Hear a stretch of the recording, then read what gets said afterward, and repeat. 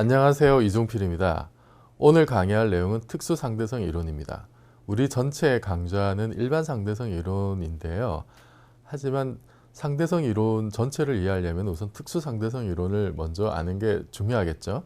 그리고 보통 우리가 일반 분들이 상대성 이론 하면은 또 뭐 제일 익숙한 게 특수상대성 이론인데요. 그래서 특수상대성 이론이라는 게 대체 어떤 이론인지, 그리고 이것을 통해서 어떻게 20세기 물리학이 바뀌게 됐는지 그 내용을 먼저 살펴보는 것도 일반 상대성 이론을 이해하는데 중요한 징검다리가 될 것 같아요. 그래서 오늘은 특수상대성 이론을 자세하게 한번 같이 살펴보겠습니다. 그래서 먼저 시간과 공간이 어떻게 뒤얽히게 되는지 이 얘기를 이제 말씀을 드릴 텐데요. 자, 제가 저번 시간 끝날 때 아인슈타인이 20세기 들어가면서 자신의 그 상대성 이론을 주창을 하면서 두 가지 가정을 도입했다고 말씀을 드렸어요. 그 첫 번째가 뭐냐면 모든 관성좌표에서 물리법칙이 똑같다는 거였죠. 아인슈타인이 이때 염두에 뒀던, 좀 중요하게 염두에 뒀던 물리법칙은 물론 19세기의 전자기학을 완전히 통합한 맥스웰 방정식이었습니다. 그러니까 전자기에 대한 어떤 전자기 현상을 설명하는 물리법칙이 좌표계가 아무리 바뀌더라도 그 모양이 바뀌어서는 안 된다라는 거죠. 그리고 두 번째는 모든 관성좌표계에서 광속이 똑같다는 거예요. 이 두 번째 가정을 뭐 흔히 광속불변의 가정이라고 하는데, 이거는 이제 직관적으로 저번 시간 말미에 말씀드렸지만 우리가 일상적으로 경험하는 그런 직관적으로 이해할 수 있는 그런 상황하고는 굉장히 다릅니다. 그래서 아인슈타인이 이제 이런 가정들을 도입하게 된 것은 그 맥스웰 방정식으로 기술이 되는 어떤 전자기 현상, 거기서 영감을 얻은 건데, 이거를 아예 그냥 자기의 새로운 어떤 이론의 근본적인 토대를 이제 격상을 시킨 거죠. 그래서 이 결과로 그러면은 이것을 우리가 전제로 받아들였을 때 어떤 이야기들을 할 수 있는지 그거를 쭉 풀어 쓴 게 사실은 특수상대성 이론이에요. 그래서 특히 이제 뭐 광속불변이라고 하는 게 이제 이게 과연 정말로 여기서 전제한 것처럼 이게 이 전제를 충족시키는 어떤 여러 가지 일들이 가능한지, 그리고 이게 정말로 구체적으로 어떤 의미인지 이런 거를 이제 쭉 살펴보겠습니다. 우선 자, 상대성 이론은 말 그대로 상대적으로 운동하는 어떤 좌표계들 사이의 관계라 그랬죠. 그리고 이제 특수상대성 이론은 서로 속도의 변화가 없이 등속 운동을 하는 좌표계들 사이의 관계입니다. 그런 거를 관성좌표계라 그랬죠. 관성의 법칙이 성립하는 좌표계. 그래서 뭐 예를 들어서 편의상 우리가 이렇게 XYZ 좌표축이 있고 여기에서 이제 시간을 t라고 하는 이런 좌표계가 하나 있다 생각을 해봅시다. 그냥 우리가 뭐 지면의 정지에 있는 그런 좌표라고 보시면 돼요. 근데 여기에 대해서 이렇게 움직이는 좌표계를 하나 또 생각할 수 있죠. 뭐 예를 들면은 이제 우리 뭐 여러분 천만 관객이 봤던 영화 인터스텔라를 예를 든다면은 이 정지한 좌표계는 지구에 남아있는 머피의 좌표계고, 이 프라임을 붙인 여기 이제 프라임을 붙인 그 좌표계에는 우주선을 타고 날아가는 쿠퍼의 좌표계라고 할 수 있습니다. 그래서 이 우주선이 이렇게 지구에 대해서 V의 속도로 이제 날아가는 거예요. 여기 이제 화살표를 붙인 거 이게 벡터라는 방향이, 크기와 방향이 있는 벡터라는 양인데, 뭐 자세한 수학적인 내용은 앞으로 뭐 이제 4주차 이후로 계속 그 본격적인 수학 강의를 할 때 다루게 될 거고요. 어쨌든 이렇게 정지한 머피 좌표계가 있고 움직이는 쿠퍼 좌표계가 있다고 합시다. 그런데 지구에 남아있는 사람이 이렇게 빛이 광속시로 이렇게 날아가는 걸 봤어요. 자, 상대성 이론에서 중요한 그 질문 중에 하나가, 그러면은 정지한 사람이 C를 봤는데 이렇게 빛이 날아가는 거를, 그러면 움직이는 프라임이 붙은 움직이는 좌표계에서 V로 날아가면서 이렇게 C를 보면 어떻게 되냐, 빛을 보면 속도가 어떻게 보일 거냐, 이게 이제 첫 번째 중요한 질문입니다. 그러니까 쿠퍼가 우주선 타고 날아가면서 C를 볼 때 그거를 머피가 관측했을 때 그 광속하고 지금 이게 똑같이 보일 거냐 안 보일 거냐, 이제 그런 문제죠. 그럼 우리가 경험적으로 봤을 때 뭐 우주선이 이렇게 V로 움직이고 있으면 그 움직이는 속도 때문에, 움직이는 속도가 원래 정지한 좌표계에서 봤던 광속에 이렇게 더하거나 빼져가지고 실제 움직이면서 보면 속도가 이렇게 달라지겠죠. 그러니까 뭐 일상적으로 우리가 버스를 타고 가는데 옆에 있는 택시의 속도가 이렇게 정지했을 때보다 느려지고 하는 게 이제 이것 때문이죠. 상대적으로 움직이게 되면은 움직이는 좌표 자체의 속도를 원래 관측한 속도에서 이렇게 빼기를 해줘야 됩니다. 이게 보통 우리가 일상적으로 겪는 상대성 원리예요.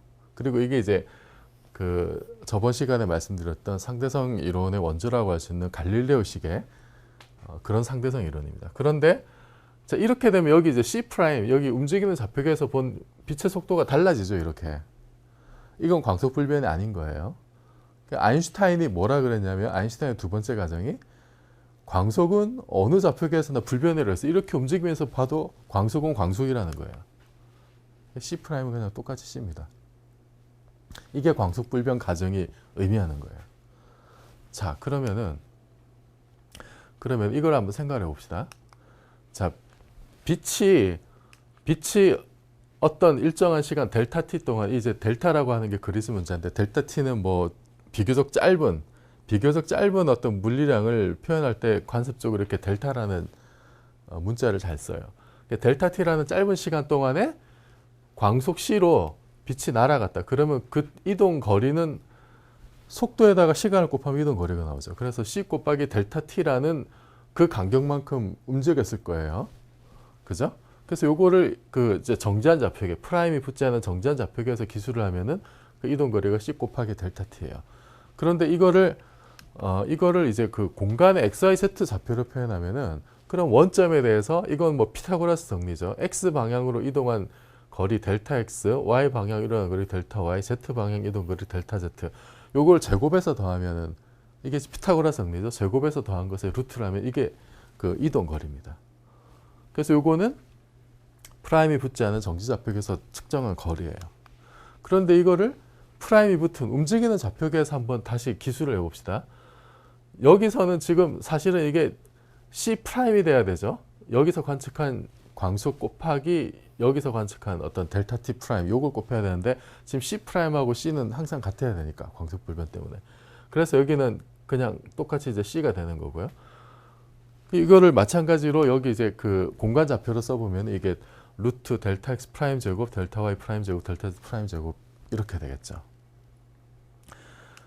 그런데 이게 광속이기 때문에 광속은 이렇게 광속 곱하기 시간을 한 거리하고 그 다음에 그것의 어떤 그 공간 좌표를 제곱해서 더한 거 그 차이가 항상 똑같습니다. 그죠? 이게 광속이죠.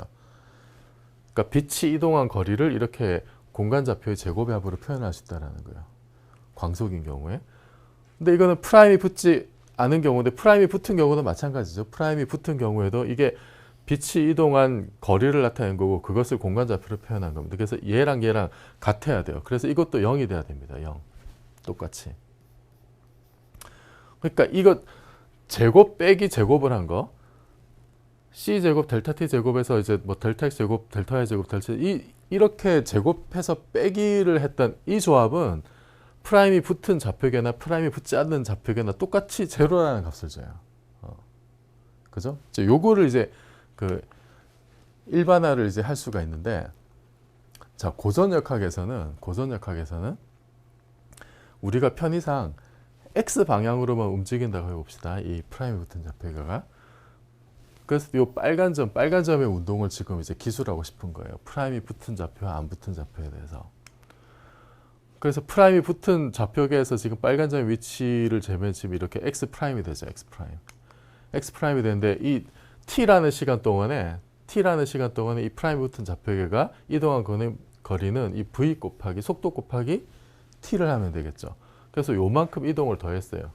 그러면은 이 빨간 점의 위치를 프라임이 붙지 않은 좌표계로 그려보면은 프라임이 붙지 않은 좌표계에서는 이게 여기 원점에서 여기서 여기까지 거리가 x니까 x는 x 프라임 더하기 vt라는 그냥 간단한 뭐 덧셈으로 표현이 됩니다.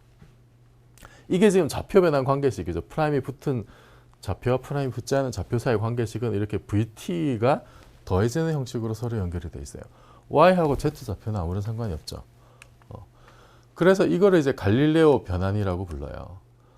x 프라임이 붙은 좌표, 프라임이 붙지 않은 좌표 사이에는 이런 식의 그 vt의 관계가 있고 나머지는 다 똑같고 그죠? 시간도 똑같죠. 여기서의 시간 흘러가는 시간이라 여기서 흘러가는 시간이라 다 똑같습니다. 고전역학에서는. 그래서 이걸 가지고 직접 이걸 계산해요. 아까처럼 광속이 이동한 거리를 공간좌표의 제곱으로 빼기를 한번 해봅니다. 그래서 이게 원래는 이제 제로가 돼야 되고 이게 똑같이 이제 항상 같아야 되죠. 아까 봤듯이 프라임이 붙은 좌표계나 붙지 않은 좌표계는 이게 같아야 돼요. 같아야 되는데 요거를 여러분이 직접 이 변환식을 델타 x 프라임과 x 프라임이 붙은 좌표계, 프라임 붙지 않은 좌표계에 대해서 직접 대입을 해보면 이렇게 같지 않다는 걸 알게 됩니다. 같지 않아요.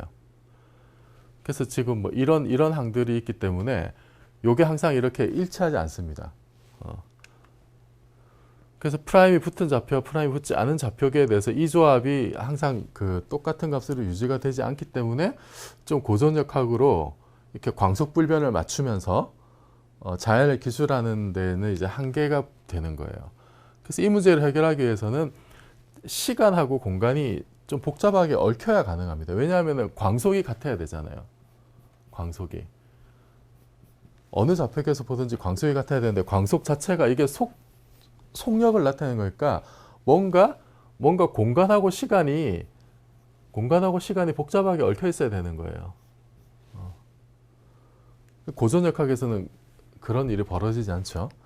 그래서 이 문제를 제대로 해결하려면 시간하고 공간이 적절하게 얽혀야 돼요. 이런 관계식을 좌표가 바뀌더라도 이 조합이 항상 동등하게 유지가 되기 위해서는 좌표 변환이 이런 식으로 복잡하게 해야 됩니다. 중요한 거는 이게 지금 앞에서 갈릴레오 변환에서는 이런 식의 변환이 돼 있었는데 이게 이제 아까 뭐 V였죠. 그런데 일반적으로 시간도 좌표가 바뀔 때는 공간의 요소가 이렇게 같이 들어가야 된다는 거죠. 일반적으로. 그래서 이렇게 세팅을 하고 T'도 T와 같지 않고 이런 식으로 바뀌고 X'도 운동 방향의 어떤 공간 좌표도 이런 식으로 뒤섞여 있다. 이렇게 놓고 임의의 문자 ABMN에 대해서 요거를 이제 그 조건을 만족하도록 그렇게 개수를 정할 수가 있어요. 그러면 이게 지금 어떤 의미가 있냐면은 좌표가 바뀌는데 지금 시간이 우리가 그냥 보통 생각할 때는 정지한 좌표계에서 시간이나 그러니까 뭐 지구에 남아있는 머피의 시간이나 그 다음에 지구에서 남아있는 머피가 봤을 때 우주선 타고 날아간 쿠퍼의 시간에 그게 다를 바가 없어야 되죠. 그죠? 그리고 공간의 어떤 볼넷의 후행 이런 거 사실 절대적으로 뭐 똑같아야 됩니다. 그런데 우리가 아인슈타인의 가정을 만약에 받아들이면은 이게 관성 좌표계에서 속도가 일정한 속도로 움직이는 좌표계에서 물리 법칙이 똑같아야 되고 원래 다른 좌표계와 상관없이 물리 법칙이 같아야 되고 그리고 광속이 또 항상 일정해야 된다. 그 가정을 충족을 시키려면은 좌표를 움직이는 좌표로 바꿨을 때 그때 시간하고 공간이 복잡하게 뒤얽혀야 돼요. 그 복잡하게 뒤얽혀야 된다는 얘기는 시간하고 공간이 더 이상 절대적인 어떤 물리량으로 존재하지 않는다는 겁니다.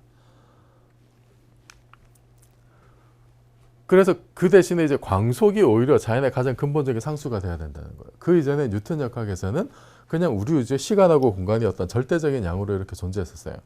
근데 시간하고 공간이라고 하는 거는 뭐 말하자면 우리 인간에게 좀 편의적인 개념이죠. 그런데 그게 우주의 근본적인 원리를 애초에 담고 있었을 이유는 없죠. 우리에게 편리하고 익숙한 개념이 자연의 근본 질서일 이유는 없습니다. 근데 아인슈타인이 찾아낸 건 뭐냐면은 시간하고 공간이 우리 우주의 근본적인 어떤 성질, 질서를 담재하고 있는 물리량이 아니라는 거예요. 그런 게 아니고 아인슈타인이 찾아낸 자연의 가장 근본적인 상수, 자연의 성질을 가장 잘 담재하고 있는 상수 중에 하나가 바로 이제 광속이라는 거예요. 광속. 왜냐하면 이거는 뭐 이렇게 자기가 쭉 생각을 해보니까 어느 좌표계로 가더라도 항상 같아야 될 것 같으니까 뭐 맥스웰 방정식을 봐도 그렇고 그래서 그걸 이제 강력한 전제 조건으로 내세웠는데 광속이 어느 좌표계에서도 항상 일정해야 되면 그러면 광속은 우리 우주의 성질을 드러내는 가장 중요한 근본 상수라는 거죠. 그럼 우리가 자연을 기술할 때 인간에게 익숙한 시간이나 공간이라는 걸 중심에 놓고 기술하는 것보다 광속이라는 물리량을 중심에 놓고 자연을 기술하는 게 훨씬 좋겠죠. 그래야 자연의 본성이 더 잘 드러날 겁니다. 그게 바로 특수상대성 이론이에요. 그래서 광속을 중심에 놓고 생각을 하다 보니까 시간과 공간이 어떤 절대적인 의미를 가질 수 없게 되는 거예요. 그래서 앞에서 보셨듯이 시간도 좌표를 바꿨을 때 복잡하게 공간적인 요소가 들어와서 이렇게 서로 뒤섞이게 되는 겁니다. 그래서 그 복잡한 변환 관계를 로렌츠 변환이라고 불러요. 이게 앞에서 봤던 갈릴레오 변환인데 우리에게 익숙한 거죠. 시간도 똑같고 그다음 운동 방향에 대해서는 이렇게 속도 요소만큼 이렇게 그냥 더하거나 빼주면 되는 거예요. 그런데 이걸로서는 아인슈타인의 가정을 만족시킬 수 없으니까 그거를 만족하는 변환식, 아까 보셨듯이 임의로 그 시간에 대해서도 공간적인 요소가 들어가게 그렇게 일반적인 변환을 생각을 해서 풀어보면은 그 결과가 이렇게 나와요. 그래서 그 결과를 로렌츠 변환이라고 부르는데 이거는 사실은 그렇게 복잡하지 않은 산수니까 아마 여러분이 조금만 그 중학교 정도 수학으로 계산을 해보시면은 풀 수 있는데, 여기 이제 감마라는 그 그리스 문자 감마라는 팩터가 있어요. 이 인수가 일단 이렇게 정의된 양입니다. 1 빼기 c제곱분의 v제곱. 그래서 요 값은 이게 분모가 이게 이제 v가 이렇게 좌표가 이동하는 v가 광속보다 작으면은 이 분모가 항상 1보다 작은 값이니까 전체는 1보다 큰 값이에요, 항상. 이 감마라는 값은 1보다 크거나 같은 값이고, 만약에 이 속도가 상대 속도가 c에 가까워지면, 이게 c에 가까워지면은 그러면 분모가 0으로 가니까 그때는 이 감마 값이 무한히 커져요. 그러니까 광속에 가까워질수록 이 감마 값이 무한히 커지는 어떤 그런 값입니다. 그래서 이 감마라는 이 팩터는 상대성 이론할 때 항상 등장하는 어떤 숫자예요. 그래서 이 표현은 한번 기억을 해두시는 게 이제 도움이 될 테고, 그리고 중요한 게 여기서 보시면은 갈릴레오식의 고전역학적인 좌표 변환하고 로렌츠 변환 차이가 뭐냐면은 이제 특히 시간 요소를 보면 시간이 변할 때 공간 요소가 같이 들어가 있죠. 그죠? 그리고 이게 공간이 변하는 거 보면은 이거는 이제 갈릴레오 변화하고 비슷합니다만, 비슷한데 여기 이제 감마 팩터가 들어가 있는 게 차이가 있죠. 그리고 여기서 잘 보면 이게 C가 무한대로 가면 광속이 무한대일 때, 광속이 무한대라는 얘기는 이 좌표 변환의 속도, 이게 극히 이제 광속에 비해서 미미하다는 거죠. 거의 광속에 비해서 0일 때와 똑같은 얘기입니다. 광속이 무한대란 말은. 광속이 무한대면 이게 제로니까 감마는 1이 돼요. 감마는 1이 되고, 또 여기 광속이 무한대가 되면 얘도 0으로 가겠죠. 그죠? 그래서 광속이 무한대로 가는 그런 어떤 그 상황을 생각을 해보면, 그때는 이 로렌츠 변환식이 갈릴레오 변환식으로 돌아가게 됩니다. 그래서 그런 연결고리들이 있고, 여러분이 체크 포인트로 지금 이 변환식을 가지고 지금 아까 보셨던 이 조합, 제곱 빼기 제곱의 조합을 계산해 보면은, 그럼 프라임이 붙은 제곱의 차이하고 프라임이 붙지 않은 제곱의 차이가 항상 같다는 것을 알 수 있어요. 이 조합을 가지고. 그래서 결국은 이 조합을 이게 프라임이 붙은 좌표와 붙지 않은 좌표 사이에 이 관계가 성립을 하도록 사실은 이 그 변환식을 찾은 게 바로 이거죠. 그래서 한번 여러분 시간 나시면 이걸 확인을 해보는 것도 재밌는 연습이 될 거예요. 그래서 방금 봤지만은 사실 특수상대성 이론에서 이 광속을 무한대로 보내면 그 결과는 이제 고전역학으로 돌아갑니다. 그래서 이게 사실은 달리 얘기하면 고전역학은 특수상대성 이론의 또 특별한 케이스라는 거죠. 광속이 굉장히 큰 영역, 큰 어떤 상황으로 가면은 특수상대성 이론이 그냥 고전역학과 별반 다를 바가 없어요. 그렇기 때문에 우리가 고전역학을 가지고도 자연현상을 수백 년 동안 잘 설명할 수 있었던 겁니다. 우리가 그냥 이렇게 평소에 보는 포탄이 날아가고 이렇게 비가 내리고 우리 일상생활에서 벌어지는 사고가 떨어지고 하는 일들은, 그런 일들은 광속에 비해서 속도가 굉장히 느린 어떤 그런 현상들이잖아요. 그래서 그거는 그냥 고전역학으로 설명이 잘 되는 거예요. 그래서 이 고전역학에서는 시간하고 공간이 별도로 존재했습니다. 그리고 이 시간하고 공간은 어떤 우리 이제 뭔가 절대적인 어떤 척도 기준으로 그렇게 존재를 했죠. 따로따로 시간은 시간이고 공간은 공간이고. 그런데 이게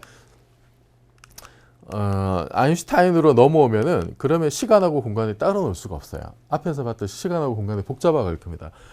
그게 이제 그 중요한 이유가 광속 때문이었죠. 광속 불변을 유지를 하려면은 이게 어쨌든 시간 요소하고 공간 요소가 섞여 있는 애잖아요.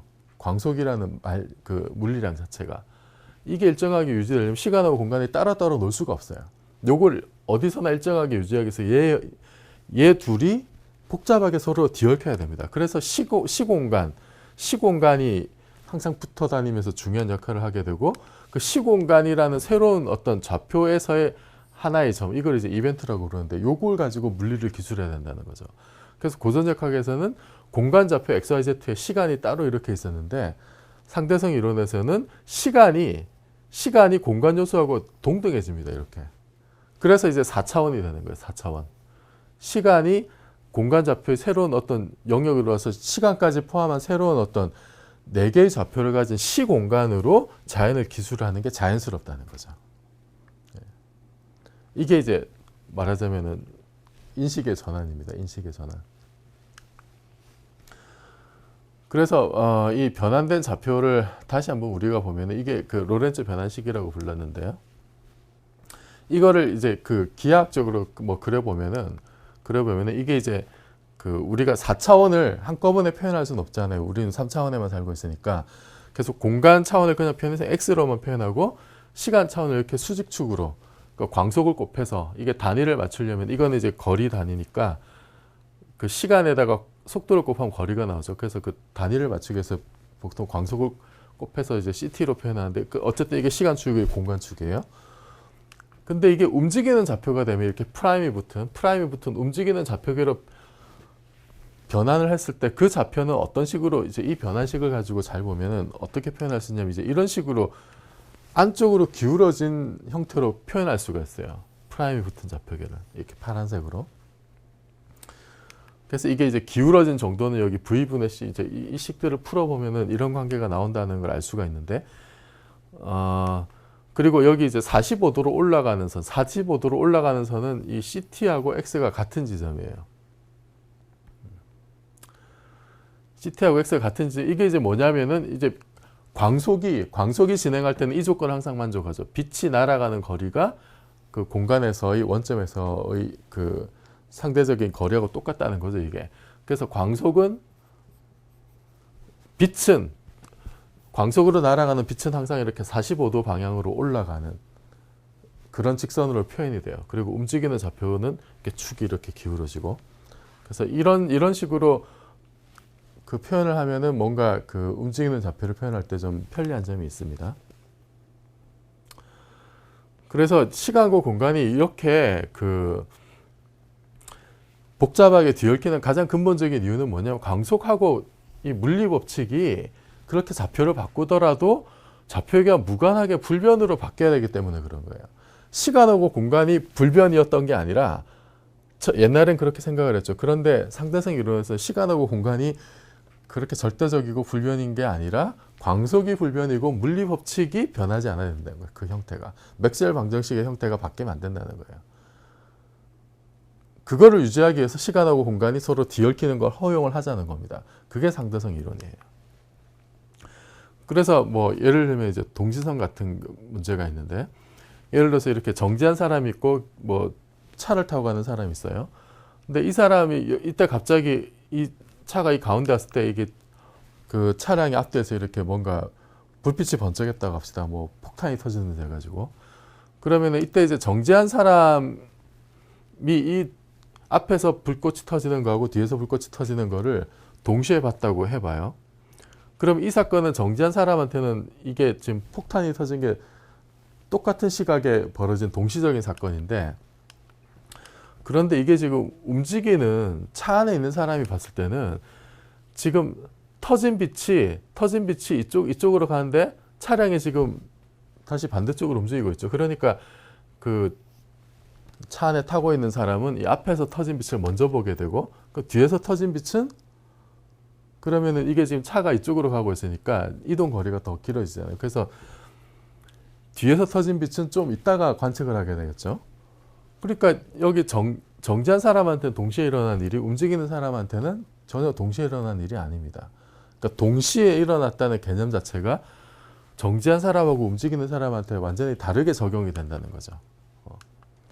그래서 이거를 그 앞서 그림으로 다시 그려보면은 정지한 사람한테는 지금 이게 그 같은 시간에 서로 다른 지점에서 불꽃이 튀었을 때 정지한 사람한테는 이게 동시에 일어난 일인데 이게 지금 시간이 일정한 거죠, 그죠? 똑같은 시각에 일어난 일인데 그래서 이게 이제 수평 방향의 선은 뭐냐면 정지한 사람의 동시성을 나타내는 거예요. 이게 시간이 일정한 게 이렇게 되니까. 그런데 움직이는 좌표에서는 축이 이렇게 된다 그랬잖아요. 이렇게 기울어지거든요, 파란 선으로. 그리고 이때는 그 이렇게 기울어진 움직이는 사람에 대한 그 동시성은 뭐냐면 이렇게 되는 거죠. 지금 이 새로운 공간축에 평행하게 이런 식으로 올라가는 이렇게 비스듬히 기울어 있는 직선이 움직이는 사람의 동시성입니다. 그러니까 이때는 이제 동시성이 달라지죠, 그죠? 이렇게 같은 시각에 일어난 일이 아니에요. 운동자의 동시성에서 봤을 때는. 그러니까 어떤 사람에겐 동시에 일어난 일이 다른 사람한테는 동시에 일어난 일이 아니라는 거예요. 그래서 뭔가 사건의 어떤 그 절대성, 동시성 이제 이런 개념이 깨지는 겁니다. 그래서 우리가 공간하고 시간이라는 것이 아주 절대적으로 우리 우주에 뭔가 처음에 빌트인으로 섰다 이런 생각이 잘못됐다는 거죠. 절대적인 개념이 아니라 오히려 그 광속과 물리법칙을 불변으로 만들기 위해서 뭔가 좀 서로 복잡하게 뒤얽혀 있을 수도 있다. 그걸 절대적인 의미를 부여할 수 없다라는 겁니다. 상대성의 이론에 따르면. 여기서 또 하나 중요한 게 뭐냐면은 우리가 3차원에서는 예를 들어서 이런 막대가 있을 때 이거를 기술할 때 이렇게 X좌표, Y좌표를 가지고 기술하잖아요.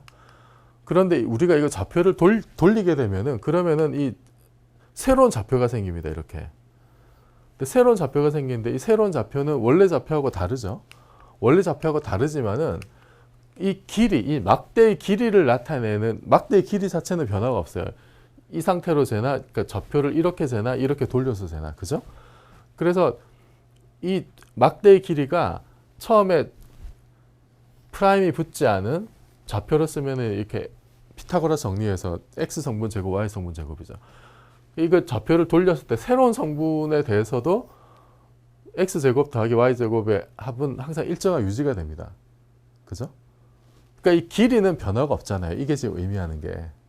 이렇게 막대가 있는데 이 막대를 우리가 이렇게 놓고 길을 재나 이렇게 놓고 길을 재나 길이는 변화가 없죠. 바로 그 얘기예요. 이런 양을 불변량이라고요. 3차원 불변량. 좌표를 바꾸도 길이는 변화가 없으니까. 문제는 뭐냐면은 우리가 익숙한 3차원 공간에서 이렇게 공간 성분의 제곱의 합. 공간 성분을 제곱해서 더한 것은 좌표를 바꿔도 항상 일정해요. 공간 성분을 제곱해서 시그마라는 이게 그리스 문자 시그마인데 이건 더한다는 거예요. 공간 성분을 제곱해서 더한 것이 좌표 변환의 불변인 겁니다. 그러니까 길이는 변화가 없잖아요. 그래서 이런 성질을 만족하는 공간을 유클리드 공간이라고 불러요. 우리에게 아주 익숙한 공간이죠.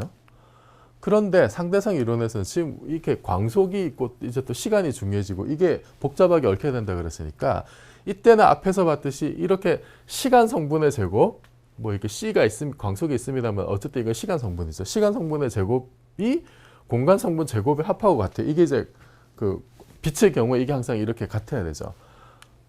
그래서 이걸 좀 일반화시키면은 일반 특수 상대성 이론에서 이렇게 시간 성분의 제곱 빼기 공간 성분의 제곱 요게 항상 일정해야 됩니다. 이게. 그래서 시간 성분의 제곱 빼기 공간 성분의 제곱 요것이 언제나 일정하게 유지가 되는데 그걸 이제 4차원 시공간에서의 불변인 양이라고 생각을 해요. 그러니까 우리가 유클리드 공간하고는 다르죠. 거기서는 공간 성분을 제곱해서 더한 게 같았는데 제곱을 해서 더한 값이 같은 게 우리에게 익숙한 공간인데 상대성 이론에서는 제곱의 차이가 유지가 되는 거예요. 이게 직관적이지 않은 겁니다. 제곱의 차이가 유지가 되는 어떤 그런 공간이 있다는 거, 시공간이 있다는 거. 이런 양을 로렌츠 불변량이라고 하고 이게 제곱의 차이가 일정하게 유지가 되는 그런 공간을 이제 민코프스키 시공간이라고 부르는 거예요. 그러니까 이거는 유클리드 공간하고 다른 겁니다. 제곱의 차이가 일정하게 유지가 되기 때문에. 그래서 상대성 이론을 다시 이런 수학적인 언어로 다시 얘기하자면 제곱의 차이가 일정하게 유지되는 민코프스키 시공간에서의 어떤 물리학이다. 이렇게 얘기를 할 수 있는 거예요. 그래서 직관적으로 이해가 안 되는 거죠. 상대성 이론이 어려운 게 이런 겁니다. 직관하고는 전혀 우리 상식하고는 안 맞는 성질을 만족하기 때문에. 그래서 요거를 좀 확장을 하면 이제 시간 성분 제곱하고 공간 성분 제곱의 차이가 일정하게 유지가 되는데 이거를 이제 에너지하고 운동량에 이렇게 적용을 하면은 이거는 뭐 좀 복잡한 이야기이긴 한데 결과만 쓰면 이래요. 이게 이제 시간 성분이고 공간 성분 제곱의 합이에요. 그걸 하면은 이게 M은 이제 질량인데 어떤 물체. 그래서 이런 관계가 성립을 해요. 이게 모든 물리량에 대해서 이제 이런 식으로 쓸 수 있습니다. 시간 성분 제곱, 공간 성분 제곱이 항상 어떤 불변량의 제곱으로. 그래서 여기서 이제 운동량이 0일 때 이게 운동량은 보통 질량 곱하기 속도로 주어지는 양인데 운동량이 0이라는 거는 운동을 안 한다는 거죠. 그냥 정지해 있다는 겁니다. 물체가. 그래서 정지해 있으면 이게 P가 제로면은 그냥 이게 C를 넘기면 E 제곱이 M 제곱 C 4제곱이니까 이거 풀면 E는 MC 제곱이 나오는 거예요. 뭐 물론 이걸 이제 뭐 제대로 유도를 하려면 뭐 좀 복잡한 과정 거쳐야 되겠지만 지금 이 성질의 이과학에서 봤을 때 그러니까 민코프스키 시공간에서 시간 성분의 제곱 빼기 공간 성분의 제곱이 항상 일정하게 유지가 된다는 걸 에너지에 적용하면 이제 일반적으로 이런 관계가 있고 그게 운동량이 없는 정지한 물체에 대해서는 E는 MC 제곱의 관계가 있다는 거예요. 그러니까 정지에 있지만 질량이 있으면 이게 에너지를 가진다는 거죠. 고전 역학에서는 전혀 있을 수 없는 일이고 이게 이제 운동을 하게 되면 P가 0이 아니면은 이때 에너지는 아까 봤던 감마 팩터가 이렇게 들어가요. 감마 팩터가 곱해서 감마 MC 제곱이 됩니다. 그래서 속도가 커지면 감마가 계속 커지니까 에너지 계속 커지는 거죠. 그런데 속도가 광소에 가까이지면 감마가 이제 무한대로 가니까 그거는 이제 예를 들어서 감마 M이라고 하는 새로운 질량이 이렇게 무한히 커지는 걸로 이해를 할 수가 있어요. 그래서 질량을 가진 물체가 광속에 이룰 수는 없어요. 왜냐하면 이 값이 무한대가 돼야 되기 때문에. 그래서 어쨌든 뭐 여러분이 이제 E는 MC 제곱은 어릴 때부터 많이 들어왔던 이야기인데 이게 이제 핵 분열을 할 때 엄청난 에너지가 나오는 게 이제 여기서 나오는 거죠. 그래서 원자핵에다가 중성자를 두들겨서 이제 핵 분열이 일어날 때 그때 원래 있던 입자하고 이제 엄마 입자하고 딸 입자 사이에 있던 질량 차이만큼 이제 에너지가 E는 MC 제곱의 관계로 방출이 되는데 보통 우라늄 235 이게 뭐 핵무기 만들 때 쓰는 물질이죠. 이 경우에 보통 이제 원자 하나당 200 메가 전자볼트. 그러니까 전자볼트는 1볼트 전압 사이에 전자 하나가 있을 때 에너지인데 그럼 메가는 100만이고 뭐 이 정도의 에너지가 나와요. 요게 이제 뭐 그림으로 그려보자면 여기 중성자 때렸을 때 이제 이게 뭐 이런 식으로 이제 뭐 크립톤 발음 이렇게 갈라지고 다시 중성자가 나오고 하는데 이게 200메가 전자볼트가 어느 정도냐면 양성자 질량이 한 5분의 1 정도 돼요. 그러니까 원자 하나당 양성자 질량의 20% 정도 된 질량 결손이 생기는데 요 결손되는 양만큼 그 질량 차이만큼 에너지로 방출이 된다는 거죠. 원자 하나당 이 정도 방출되니까 원자가 뭐 거시적인 우라늄이 핵붕괴라면 원자가 굉장히 많을 거잖아요. 그래서 짧은 순간에 많은 에너지가 방출이 된다는 겁니다. 그게 이제 E는 MC 제곱 때문에 그런 거죠.